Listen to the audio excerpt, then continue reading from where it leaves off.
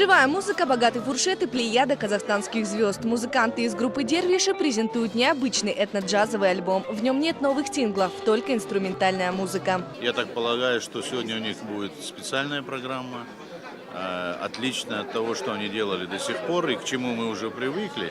На протяжении 15 лет мы работаем именно в жанре поп-музыки. И появилась идея сделать такой инструментальный альбом с использованием песен из нашего репертуара, взятые из разных альбомов, разных лет.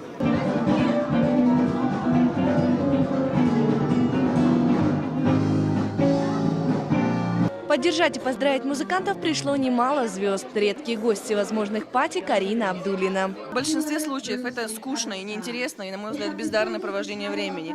Но это нельзя сказать о сегодняшнем мероприятии, потому что «Дервиши» — это наши друзья, и это замечательные музыканты.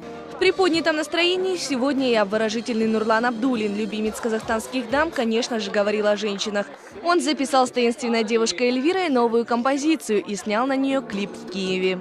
Говорят, желание женщины – это желание Бога, поэтому я не мог ей отказать в этом. И думаю, что это получилось очень, по крайней мере, это будет очень интересно.